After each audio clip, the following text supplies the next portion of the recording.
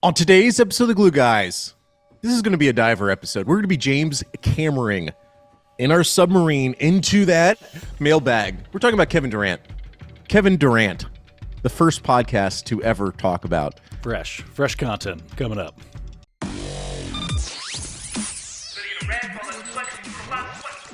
Welcome back to the Glue Guys. This is Mike here. Say hello, Brian. Hello.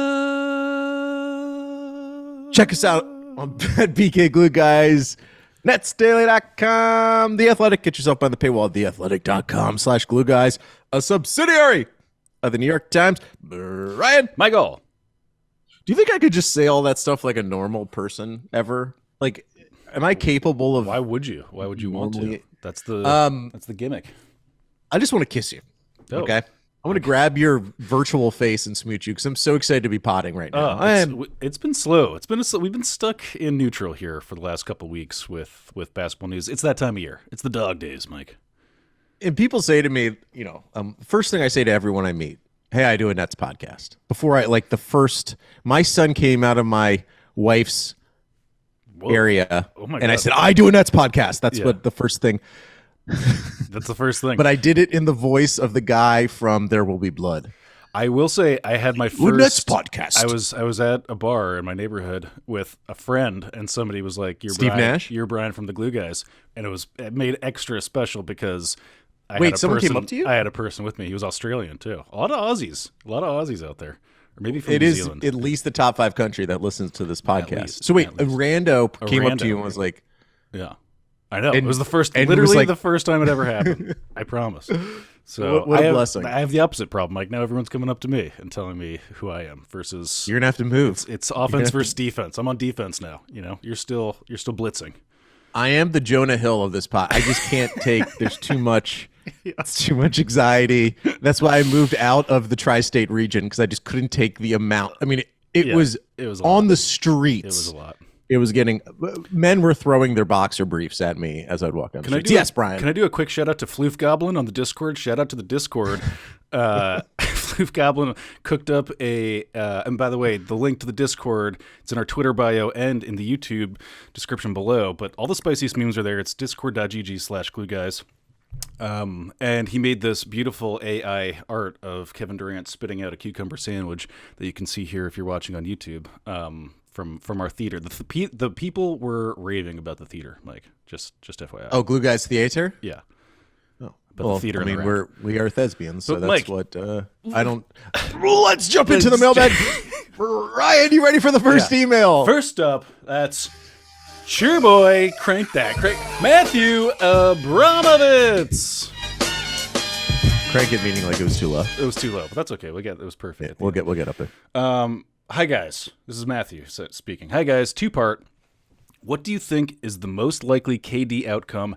And 2, what are the chances Steve Nash is coaching this team after this season? Wow. After the season. Matthew going in with a hard one to start. I figured, because we always waffle on this stuff, Mike, and like, for better or worse, let's have takes. Let's have takes. Yeah. I'll be honest. KD will not be traded by the time preseason begins, but he'll be traded before the trade deadline. Mm-hmm. Okay, so there's a wide gap in between. I understand. I'm beginning to think less and less the run it back, last dance mentality is not possible. You're beginning to think less it's not possible. It's not. Yeah. I don't think they're going to do a last dance mentality. Yeah. Sorry, I haven't used English in a while. I know. When I don't podcast, I don't speak. So these are going to be it's rusty. My mouth is rusty, Mike. I've been embedded in the deepest, darkest of Peru. Shout out Paddington Hive, hashtag Paddington 3.0. What is that? You probably have never seen the Paddington movies. No, you guessed right. I love that you're deep in the lore, though. They are masterpieces. Wow. This is not like a cool take. This is like a acceptable no, it's not. Film take. But yeah. I really believe that I just don't think that this is going to come to a resolution. If you're a person that believes, he wants to still play with Kyrie Irving, he has none of his trade requests. Kevin Durant's trade requests have involved Kyrie Irving. Yeah. And if he really wants to play with the guy, like there could be an element of saying, "Hey, Lakers, trade for me and Kyrie, and we'll play with LeBron, and you'll trade AD and Russell Westbrook." Right? That would actually probably be a trade the Lakers would do right now if they could. So I think I honestly believe that he's going to get traded, and there's a lot that we can talk about after that, but he's going to get traded this year. It's going to be before the trade deadline. I'm not going to say I would be shocked if there's a last dance mentality involved. I just think the way KD's handling all this, the reported ruckus that he's willing to raise, bring the mother effing ruckus, as they say. I think that the Nets and Sean Marks are going to be very pragmatic. They're going to try to get the best deal. They're not just going to dump him, but he's going to get moved. Brian, what say you? Yeah, we're at the phase of this negotiation where he's now lashing out at people on Twitter, which is that's where the sides really get entrenched. Really, everyone's stances gets hardened because once he starts firing off those angy tweets, that it just feels like there's no future. Like he's just like fighting with fans about like, and they're just being like, your legacy sucks now. It's like, dude, like this is like, just as an objective, I love that KD engages with people on Twitter. I love that. I do think that there's an extent to which you can put things in their silos, and they're it's just not always that healthy to engage. I think everyone agrees with this. That like if you're going to go traipse into the real trenches there, it's probably pretty bad for you, and especially when it's very personal. It's one-sided. You don't know anything about them, and they appear to, or they seem to want to have a lot of information about you and your personal. They're just doing like psychoanalysis on you, and you're like defending yourself. It's just really bad. It's really a bad place to be in. And anyways, that's all to say, like, I love people who engage with, smaller accounts on Twitter. I think that's what it's for, but you might want to put those in their proper silos. Anyways, I agree with you. I think he's gone by February or whenever the trade deadline is. But the real question, I guess, is like, are we going to have this like standoff situation up and until then? Tough to say. I mean, does Kevin Durant want to go full like go to war, and go to the mattresses, if you will. People seem to think that he won't. That's not part of his. I feel like somebody was like, that's not part of his genetic makeup or something. I don't know. That one does feel like the make. And if there is like a last dance, run it back, it's going to be that small window of that. And like, is there enough success that can happen in that period of time where it can alter his thinking? I don't know. But I will say the top of the season's pretty rough. I don't know if you saw the first 5 games. It's like a rocky start here. It's schedule analysis. It's Dallas, Memphis, Milwaukee. Let's go through the schedule. Who do you got? I'm just saying it's pretty possible that we come out 0-5 to start the season. It's very realistic. it's the Pel. So here's the funny. The Pels are whatever, but everything after that is. Can I just point something out? So I'm on the Nets official website. Their season schedule, blah blah blah. Love this. Okay? We're getting into the weeds here. Yeah. So. I think this hasn't been broadcasted quite yet, and if it has, I apologize, but I'm now just discovering this. The first Nets 2 games are against teams that the Nets ostensibly could be wanting to trade Kevin Durant to, the Pelicans and the Raptors, right? Mm-hmm. So it's the Brandon Ingram trade, or is it the Scotty Barnes trade? That Raptors game, which is a home game, it's a Friday home game. Jesus, where am I from? You've been in South Baltimore? You've been in Baltimore. Jesus, man. Give me some water. Against Raptors. The Toronto game, it's Friday Night Live, whatever that means. The giveaway is a player t-shirt. The player's t-shirt is a TBD player t-shirt. It's a to be determined. The Nets are such in flux that they don't even know on the second game of the season whose t-shirt they're going to be giving away. It sounds like it could be a Darvin Ham, LeBron James reversible. Could be. I mean, honestly, they should just give away, like, at that point, like a Richard Jefferson shirt. I think you're pretty safe to give away the Richard Jefferson. By the way, quick shout out, Michael Grady. People will probably know this by the time this is released. He's just been hired to be the main voice of the Minnesota Timberwolves. And I said this a little bit on Twitter, but I remember hearing Grady's voice for the first time. Like when they elevated Kustok to being more of an analyst and not sideline, and they hired Grady, he is like the voice of God. He is an amazing all-star voice. And he's only grown sort of like, I think everyone who gets in that yes on Nets on yes culture, it's the best local broadcast there is. There's so many stars that have come out of it and grown out of that. Ian Eagle is an absolute icon. Yeah. Sarah's fantastic. Beetle came out of there. And Grady's now going to be the play-by-play voice for the Timberwolves. He's also going to be doing some NFL stuff, I think, for CBS. A true superstar. This leads me to Brian has been hired as the new sideline person. Let's get ready to rumble.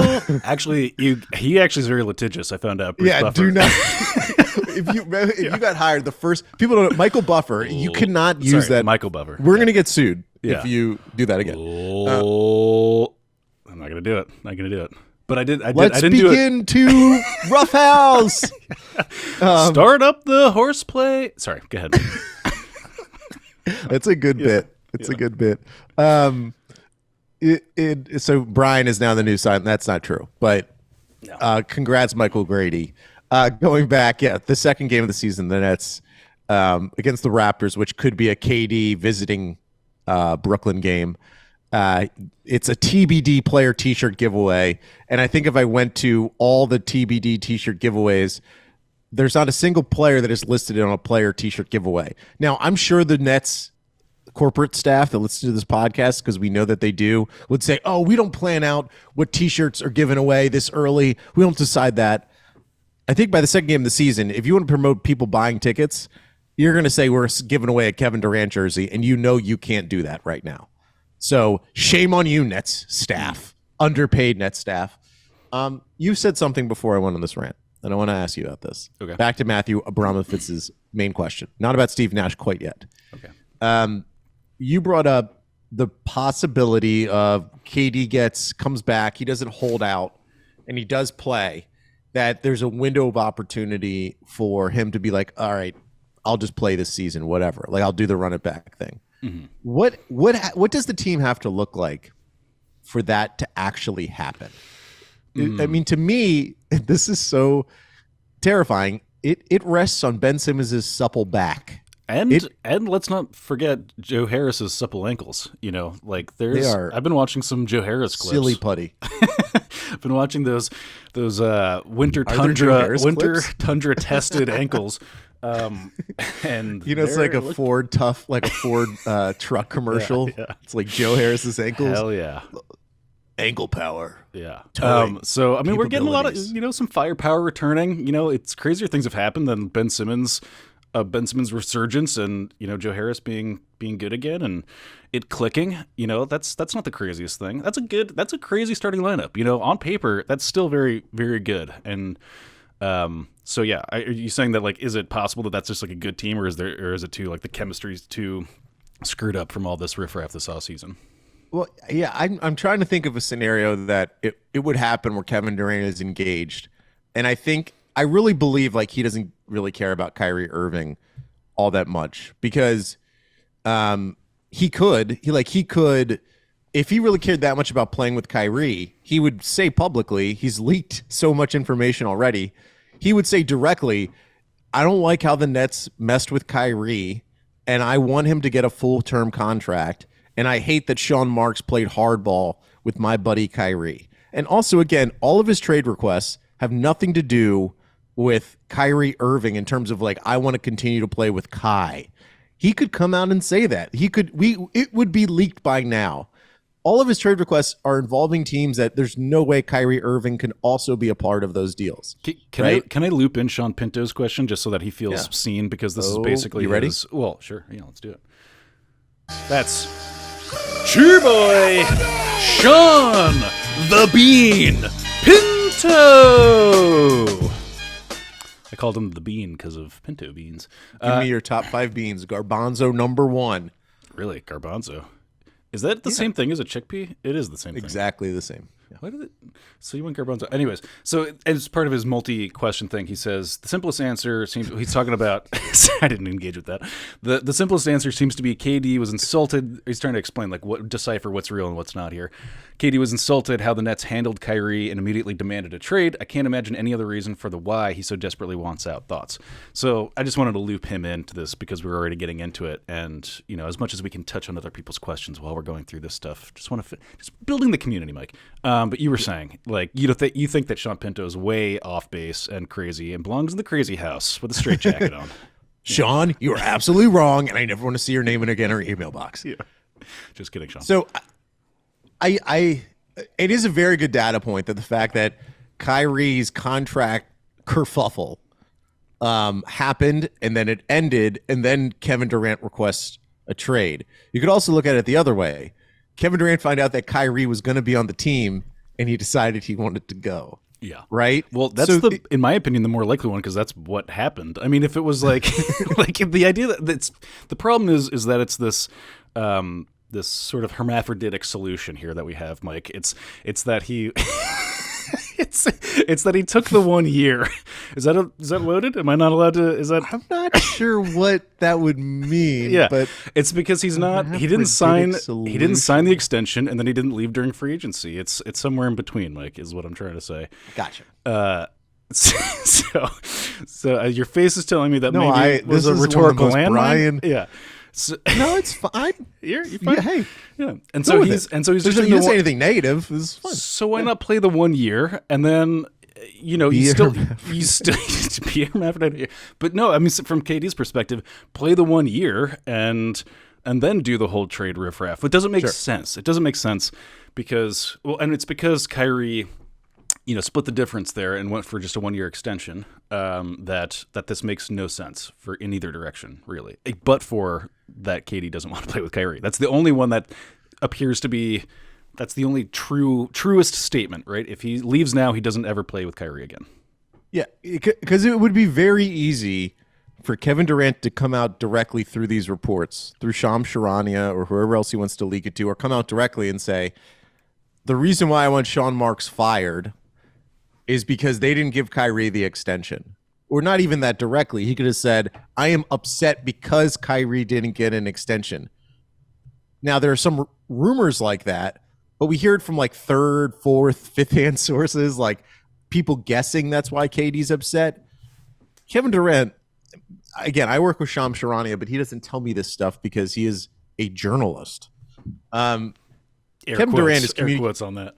I'm just kidding. Kevin Durant, friend of the show. Kevin Durant is directly speaking to Shams Charania at times. I guarantee it. I don't know this. I've never talked to Shams about it, but like that's how these things work. Being in the biz and being on, within the corporate culture that I am. So if in fact KD really felt that way, we would know. We would know definitively that he feels that way. Now he may use that excuse when he leaves town and say, "Oh, I really wanted Kyrie to have an extension." It's the type of thing you say when you leave town so that you're still friends with Kyrie Irving. But he doesn't feel that way, I guarantee it. I wish we knew more of why he wants out, besides the fact that he hates Steve Nash and Sean Marks. Though if he truly hated Steve Nash, again, we've talked about this before, that's an easy, talking about throwing the baby out with the bathwater, chuck that baby out the window. You know what I'm saying? Mm-hmm. Throw that bathwater and that baby out the window. But Sean Marks, and for the YouTube audience, I'm wearing a New Zealand rugby t-shirt. Yeah. Fight for Sean Marks, respect for, this is a Team Sean Marks podcast. Yeah. You brought that up twice now. Is that new or something? Are you pleased with that? It's actually from college. Okay. I don't know. It was just on top of my and it used to be very big. Okay. But now I gained a bunch of weight, so filling it out. Well, you look now I'm like a rugby player. Yeah, it looks like your biceps are bulging in it. Looks great. Thanks, man. 10 out of 10. Yeah. Thanks. There's another part of this. Should we touch the Celtics trade idea that's here in the Sean Pinto element? So he talks about how this is what he says. I also find articles saying things like Robert Williams is untouchable in KD trade. So now are you supposed to dump KD for a team scraps? It's going to be messy and noisy, but the only sound strategy here is to diamond hands this and wait. You know, You know what that's diamond hands yeah, mean? yeah. It's No. like our Wall Street bets. Do you know this? It's a subreddit for like got it. some diamond hands. You know, don't move. Keep them hard. Don't move. Stay hard. Yeah, got it. Yeah. What do you think is going to happen in terms of it? What's the most likely kind of version of a trade? Not, we could go through the likely trade possibilities. Do you think the Nets sell a little low at some point, or do they go the Daryl Morey route, which is like, we have this asset, it's Kevin Durant, whether he plays or not, we're not just going to throw him out there for no reason at all. I gotta say, like Sean Marks might be like a full blown sending a shout out to Morey for really setting the precedent for how to handle this kind of thing, because it's hard to say that Morey didn't kind of make some lemonades out of that lemon there that they had going on. So in terms of the strategy going forward, that roadmap has been laid bare by Daryl. So I really don't think that there's any reason to do this before it's absolutely necessary. And even like, but there's a lot of emails that we're going to see where people are like, why not just wait the whole 4 years? Like, there's some very spite driven stuff there that I can obviously identify with, but at some point you gotta pull the trigger. But I think like truly the strategy is to an extent diamond hands, but I don't know if that's beyond this year's trade deadline. That would be very interesting to see if they actually just let the trade deadline eclipse this whole situation, and like we just get a year without Kevin Durant. That would be very actually I kind of want to see it. It would be very ballsy, but what do we this is sort of an unprecedented situation for a player of his caliber to have that amount of time left on a contract. It's just very and to be put in the position that we are, where now we're and maybe this is KD's sort of like, chess not checkers move, is to put us in a position where we have to trade him for scraps, because ideally you would want the team that you go to have a lot of its best players intact. So that's even maybe attributing too much sort of Machiavellian sort of nature to KD. But he's being pretty Machiavellian. I mean, he literally came out and was like, I want these people fired. You know what's funny? It's like the Machiavellian, it's something about the Twitter, and I keep going back to this, something about being that vociferous on Twitter. Like, it's anti-Machiavellian in some core way, unless I can see the bigger picture. Because, like, if you're truly Machiavellian and you're pulling the strings, behind the curtain, the Iron Curtain, you're probably not like getting debated into Twitter arguments with randos. It just doesn't feel, there's some disconnect there. Or maybe you would be, to give the appearance that now I'm getting like tied up in a knot with him, because maybe you would give the appearance that you are easily debated by shit posts on Twitter, so that people don't think you're Machiavellian. Yeah, there's a lot to it. Let me do this. Sorry, I just exhausted myself. I have an interesting thought about this season. It's kind of lame. What a lame tease that I think I have an interesting thought. I have an interesting thought. This is the most local podcast bullshit ever. Coming up after these 5 minutes of ads. Stay tuned, because I have a thought. Yeah, that's going to be good. And we're back. Brian, yes. I promised an interesting thought, and this is what I will deliver. Okay. There's a common thought about this team that the Nets cannot tank, right?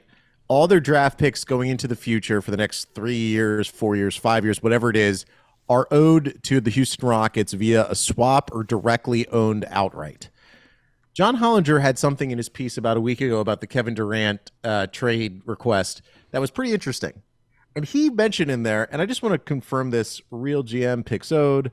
And the reason why I'm looking this up right now is because the Nets they have an outgoing swap going to Houston or Utah. So the Houston will receive the more favorable first round, and Brooklyn's first round pick will receive the more blah, blah, blah, blah. The Nets have a first round swap with the Houston Rockets. Why that matters? The Nets could tank this year and still have a top 5 pick. Houston is going to continue to suck. They traded Christian Wood, who was their second best player, for essentially nothing, right? Future assets. Now, Jalen Green's fun. Jalen Smith, a high-level draft pick, could be good, though, it's hard to predict that he's going to be, like, fantastic. He doesn't seem to be a guy who's, like, ready to come out of college and be, like, 20-point per game scorer. They have an interesting team, but they're still going to be bad. even if the Houston Rockets have a top 5 pick and the Nets tank and end up in the top 5 of the draft too, well, the Nets are in the top 5. The Nets pick is only going to be as bad as the Rockets pick is going to be, if there's a swap. So there's an actual opportunity. So if you're talking about the route tree, it's almost football season, right? When there's a fade and there's a post, a dig, a cross, there's all those, like, anyone play Madden or NFL Blitz. I stopped playing football games after Blitz because that was, once you hit the pinnacle, you kind of stop from there. The route tree for the Nets involves KD and Kyrie and Ben Simmons playing this season, right? There's like a % chance of that happening. It's Kyrie and Ben Simmons play together and KD sits out. It's just a Ben Simmons-led team with Cam Thomas at point guard. That's the tank team, right? That's the tank option. That's the Sherman. Even for a tank option, that's kind of fun. I gotta be honest. Isn't it fun? Yeah, there's some part of that that's fun. If Ben Simmons plays, right? I guess we should also put in there a non-Ben Simmons playing option because it's very likely that Ben Simmons may not play. What do you mean very likely? Has he? When was the last time he played basketball? You think he's not going to be? He's super going to play like starting the season. No, I mean, what's the? No, I don't know. I mean, let's put money on it. $5 says Ben Simmons is playing. I don't have $5, Brian. You know that. I'm wearing shirts from college, man. Yeah. All right. So there's a real opportunity that I just had to turn my phone around because I'm getting text messages. If the Nets wanted to tank, this is the season to do it because they don't directly owe their first round pick to the Houston Rockets. They owe that pick next year. They just give away their pick next year. But this year, it's a pick swap, and Houston's going to only continue to get better as the years go on. So if you're going to do a tank, which could be the KD season, you trade him. You trade Kyrie for those 2 first-round picks, which has been reported. Trade Kyrie to the Lakers, take in Russell Westbrook, buy out Russell Westbrook because you do not want him on your team if you're tanking. You do not want him with Ben Simmons. I don't. Okay, I actually rather see Cam Thomas than Russell Westbrook. And tank a year, suck, but it's that short dip. Yeah, it's that Golden State tank. Yeah. Where you have those bundle of draft picks, you have a top 5 prospect to go along with whoever you end up trading KD to, the 2 first-round picks from the Lakers, the first-round picks that you have from, I think you have 1 left from the 76ers because you traded 1 for Royce O'Neal. So, I don't think it's impossible. I think you can do that. You can make that pick swap and you can tank. I'm saying the tank is possible this season. Yeah. It's not, you're not going to get the first overall pick. Top 5 pick is valuable. Do you think that's a viable path? Would you support that viable path? I really hadn't been in the frame of mind to think about tanking, but that Golden State quick tank with a bunch of good players still under contract is honestly the way to do that. That's the way to tank for sure. Just sitting on a bunch of valuable assets. Because I think a 1-year tank, and then you still have, maybe you trade Joe Harris or what? You'd either trade one of Joe Harris or Seth Curry just to get another potential first-round pick. But your team is then like Ben Simmons, all the young guys, Royce O'Neal. Thank God, Royce O'Neal. You tried to sign him to an extent. Royce O'Neal's, fantastic. You keep overlooking T.J. Warren, who I think is going to be T.J. Warren. the next Sean Kilpatrick, the next Allen Anderson. Yeah. Oh, gee, I don't think he's going to be as good as Allen Anderson. All right, wow. That guy was a walking triple-double. Yeah, he was a bucket. But if let's say the best version of this is you get a bunch of stuff for Kevin Durant, you get all those picks from the Lakers for trading Kyrie to the Lakers.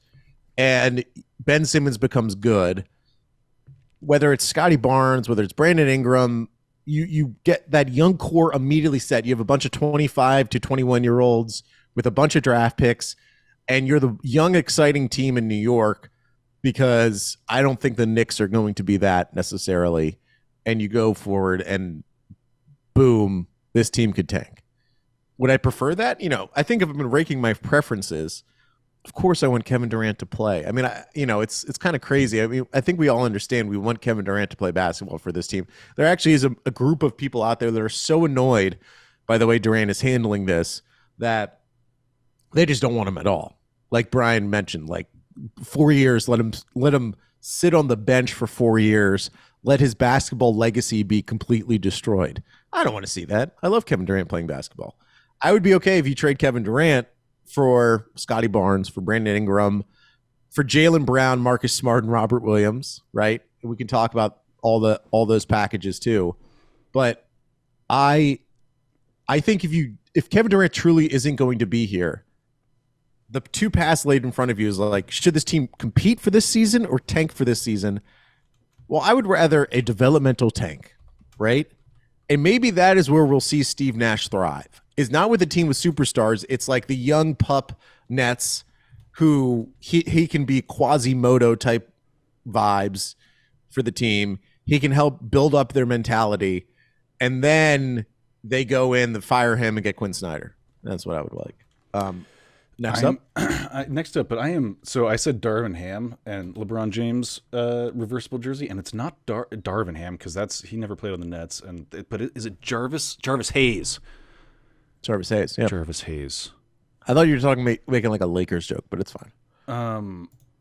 Fuck. Thank God. Okay. Sorry, I didn't mean to swear. That's like giving birth over here. Next up, cheer boy. That's Ryan Newman. Watch out, Michael Buffer. You know, I got the pipes. I feel like I could do that job before David Diamante got it. Diamond David Diamante. I was pretty hungry for that job. Ryan Newman says, guys, Kyrie was running practices after Nash practices last season, and he even cites sources here, this is high level email. Take notes, everyone. This is high level emailing. Cam Thomas's eyes rolled into the back of his skull at the mere mention of Nash's name at Summer League. Now we have KD explicitly requesting Nash's dismissal. I won't claim Nash has had the easiest group of stars to work with, but if the players have no respect for him as their coach, why is he still here? It's not like his coaching acumen should buy him any sort of job security. Love, Ryan Newman, a.k.a. DBronx1414 in the Discord. Shout out to the Discord. So, Mike, there's a lot going on with this, and here's the thing I think about, because so Nash is one part of it, and then obviously Sean Marks is another, and the fact that they're kind of both getting roped into this this revolution, this coup from the players now. Like, I don't doubt that. It's funny. It's interesting to bring up the Cam Thomas thing because I feel like that stuff, that kind of like that public sort of jeering. A coup Durant Kyrie. Very nice. Coup d'etat. Coup Durant Kyrie. I can see your brain turning over there. I was like wait, pause. I think that the revolutionary spirit, it trickles downhill. Revolutionary Guard. The Guard. Iraq, yes. And so like when you have two guys who are in just outright conflict with upper management, the young guys, it's who are you going to side with here? Who's cooler to side with? You're like the guys who you're going into the I keep saying trenches, into battle with Kyrie and KD, or like the stiff suits. And if they're in open conflict, like it's just divisive. So this is why people talk about the holistic chemistry of teams. It does trickle down. It's trickled down economics in some sense, Mike. So what are we asking? So what we're asking for is Nash like the person on the chopping block, and he should have been fired. He should have been. He should not be the coach of this team. But that doesn't solve all of our problems. I mean, I don't know. Yeah, that doesn't solve the problems. If there is a middle ground, so what's been reported, of course, is that Kevin Durant made this ultimatum in a tea time London lunch with Joe Tsai a couple weeks back, where he said, "I want you to fire Sean Marks and Steve Nash." And we've talked about where could there be a middle ground, because Steve Nash is the guy that Kevin Durant would have most direct, conflict or even just relationship with. Sean Marks doesn't really have to have, Sean Marks is up there in the Fat Cat suite, handing out Modelo's to the Brooklyn Brigade. Yes. He's not there on the sidelines, drawing up plays and not having anything to do with substitutions, right? Mm-hmm. It's very easy to be like, we will fire Steve Nash, hire Quinn Snyder or someone else that you feel like is pretty good, but we're not firing Sean Marks because we really like the job that he's doing. Steve Nash has done nothing to deserve his job at this point. Really, what Joe Tsai, we all know this, Joe Tsai is doing this thing because he is drawing a line in the sand, quotes, and he's said, we've had enough of just rubber stamping everything Kevin Durant and Kyrie have wanted to do with this franchise. We've hired your buddies as assistant coaches. We've signed players that you wanted us to sign. One of those players ended up being Mike James, who played big minutes in the playoffs or had to play minutes in the playoffs when he wasn't good enough. As much as there's like a Mike James mob out there, huge. He was bad. Okay. And KD wanted to sign Mike James. Mike James went on a podcast and said, Kevin Durant basically got me signed in Brooklyn. Mike James ended up having to play big minutes in that playoff run where KD's foot was on the line against the Milwaukee Bucks, and they lose to the Milwaukee Bucks. If they have a better player than Mike James filling in for the Kyrie injury and the James Harden injury, are we still playing? We don't talk about that, but as great of a basketball mind as Kevin Durant is, just because you're that good of a basketball mind, think about how great of a basketball mind Steve Nash was as a player and how not good of a coach he is right now. And, quickly about Steve Nash, I'm negative about Steve Nash. Jason Kidd sucked in two different places. He was bad in Brooklyn as a head coach. He was bad in Milwaukee as a head coach. He's good in Dallas. He was good allegedly as an assistant coach with the Lakers, right? It takes a lot of time to be a good head coach. Mm-hmm. I think what Steve Nash is showing is this ability to be a first-time head coach on any level. Like the first thing you do it's just bad. It's a bad process. Like you can't just jump and be a head coach. You need some assistant coach seasoning in there. That's why he's not a good head coach right now. I always liked having D'Antoni as his vice president, as his his consigliere. His consigliere. That's even better because it's a lot more influence. But that actually bleeds neatly into the next email, which is from Sure Boy. Oh, Hank Schley. Sorry, my Zoom paused. It's Hank Schley. Sorry, Hank, I messed you up. But he says the KD Nets situation at this stage reminds me of when Coach Jason Kidd tried to get Prokhorov to fire Billy King and give him GM control of the team. Mike, do you see how this dovetails neatly into what you were saying before? Yes. In that Good way, job, Brian. You see what I did? I'm proud of you. Thank you. It's way more about the billionaire owner not wanting to be pushed around more than it's actually a choice about what's best for the team. I've also found the tone of some of the coverage to be weird. Since the word out immediately after these are the words, but they're kind of worded strangely, so bear with me. Since the word out immediately after Durant asked for the trade was the Joseph. I'm sorry, that was really just a crazy sentence, Hank. Was actually happy to move on. Feels like all the drama since then has been media spin. Can I just say, I think it is. I think this is a voice memo, like one of those voice to text, because it has that vibe to it. I'm trying to work with it, but it's challenging. Sorry, Hank. Feels like all the drama since then has been media spin, when the reality basically hasn't changed at all, and that the Nets will hold out as long as they have to for a decent trade package for Durant. And unlike the Harden trade, there isn't actually that much pressure for them to get it done fast, because without Durant, they're not contenders anyway. Sorry, I'm not even following this. I have to all of my focus is on actually trying to make these sentences make sense. So assuming the Nets start the season with Durant and Kyrie on the payroll not playing, how weird, frustrating, or fun do you think this team is going to be to actually watch game to game? Hank, a.k.a. I am 3D Homer on the Discord. Shout out to the Discord. If you're not on the Discord, you're missing out. I can't stress it enough. Mike. Yeah, I mean, I really mean it. Like Brian and I joke about Brian's on there talking to people all the time. Like, if you enjoy the show, you should just be on the Discord too, because you're going to meet other Nets fans, and you're going to get you're not going to get any of me. You're getting zero Mike FaceTime, but I'll be there. I'm there to I'm on the Glue Guys OnlyFans account. So Mike manages the Twitter. You're made for Twitter. I'm more of the, come into the Discord, and chat. Twitter's too. You like actual human interaction. I'm just everyone on Twitter has just this gun of sassy ass tone. It's just too much. Everyone's so sassy to each other. What is all By this? the way, shout out everyone who, when I tweeted out a joke that when the Nets opened their season against the Pelicans, that KD would be playing against his former team. Shout out everyone that thought, oh, but Kevin Durant has never played on the Pelicans. Shout out to you. It's a joke. It's a joke. So this is why I can't do Twitter. Traded to the Pelicans.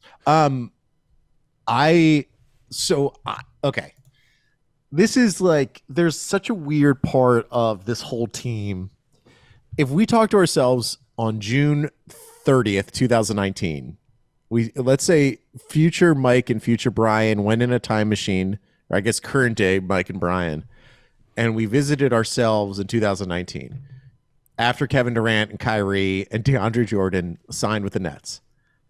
The first thing we would say is like, hey, watch out for this coronavirus. Watch out for that, right? Because that would be coming very shortly after. But second thing we would say is like, hey, the Kevin Durant Kyrie thing is not going to be as fun as you think. So like Nets fans continually get ragged on that the environment is not good as you would think a team led by Kyrie and Kevin Durant would be. I always defend that because it's like they've never really played together. It's just been a mess of vaccine requirements, injuries, weird tweets, awful live streams, trade requests, people being unhappy and grumpy. There's no way to love this KD Kyrie era. And now, as much as Ben Simmons would be the sort of the masthead of the new Nets generation, and how complicated that could be because is he going to play basketball? I still need to see it. At least the team would be young and sort of less drama beyond Ben Simmons. And I actually think there's a opportunity if KD and Kyrie get traded, it almost benefits Ben Simmons in some way because it's like the team immediately gets shoved sort of into the middle class of the NBA. The schedule came out and everyone made a big deal that the Nets aren't on as many, like their prime time national TV games have been cut in half, which again, to me, I know if you're a Nets fan that doesn't live in the tri-state area and you don't have league pass, it's like, oh, it sucks that you won't get the Nets games on TNT and ESPN because it means you may not get to watch them. But if you are in the area, if you have yes to watch the Nets games, or if you have league pass, I prefer the yes broadcast over TNT, ABC, right? And also, I hate the discussion about the team after those national TV games because they end up leading first take and they're like, oh, the Nets suck. There's going to be less, oh, the Nets suck conversation. So that's great for me. A team of Ben Simmons, Cam Thomas, Kessler Edwards, Daron Sharp, Curry, Patty Mills, Joe Harris, Scotty Barnes. Hey, okay, now you're talking. Let's say the Nets can trade Kevin Durant for either Brandon Ingram, Scotty Barnes, or Jaylen Brown. Just one of those guys. And like, we talk about the ancillary pieces, but like that to me is not as exciting as Kyrie, Kevin Durant, and Ben Simmons, but it is a younger team that I can wrap my arms around and give it hugs and loves. I think I could fall in love with Scotty Barnes. I think I could. I think I could truly. I'm already in love with the guy. I'm glad you're saying it. I'm going to say it too. I love you. I love Scotty. I love you. I think in the fun of it is thinking about what a Scotty Barnes Ben Simmons team would be. It would just be all fast break, rebounding, passing, no shooting. Yeah. It would be like watching when Bob Cousy highlights pop up on Twitter, and it's like he's doing fancy ball moves, but he can't shoot the ball at all. Right. The Nets are just going to be run and gun, baby. Yeah. That's what I want. It's funny how I'm tempted to be like, it's easy to just fall in love with people who are new, like it's just new, fresh beginnings, whatever, like that. But this has been a remarkably unlovable team for a long time. Like this team has been like the figureheads of this team have just never. It's never been a full connection from day one. Anyways, Mike, I got because they've never done anything to give us that connection. Never. Yeah. It's their fault. It's injury happened, but it's their fault. It's part of the entire narrative of the whole thing, which is, more and never enough. I want more and never enough. And it's just like, anyways, we'll figure it out, Mike, because I got to go. They're the McRib basketball team. Yeah, that's exactly right. Mike, we didn't get to a lot of emails, and I'm sorry, we only did a couple. Because there was a bunch. That's just the way it's going to be. But we love everybody who emails, and we see you. We love you. Don't stop emailing. There'll be plenty more of email-based episodes in the next couple of months because it's a long time till what is it, October 18th? Tip, Mike. We have a little time. So where do they find us, Mike? Tell them. They find us on Twitter at BK Glue Guys. Discord, just hop in it's there in the Twitter bio. It's in the YouTube, blah, blah, blah. Yeah. Just dive in. in We're on the New York Times homepage every day. Yeah. Like there's a big Glue Guys. Just search, go on the New York Times' homepage. You'll find the Glue Guys right there. Yep. It's right below all the Trump stories and how Alan Weisselberg just admitted to 15 felony accounts in tax scream, which seems pretty significant. You can find us on the dark web. We're on the dark web as well. You can find us everywhere. You ever been on the dark web? Web 3.0? Web 3? 3.0. We're on Web 3.0. Is that what it's called? We're everywhere. Thanks, everybody. Mike, say goodbye.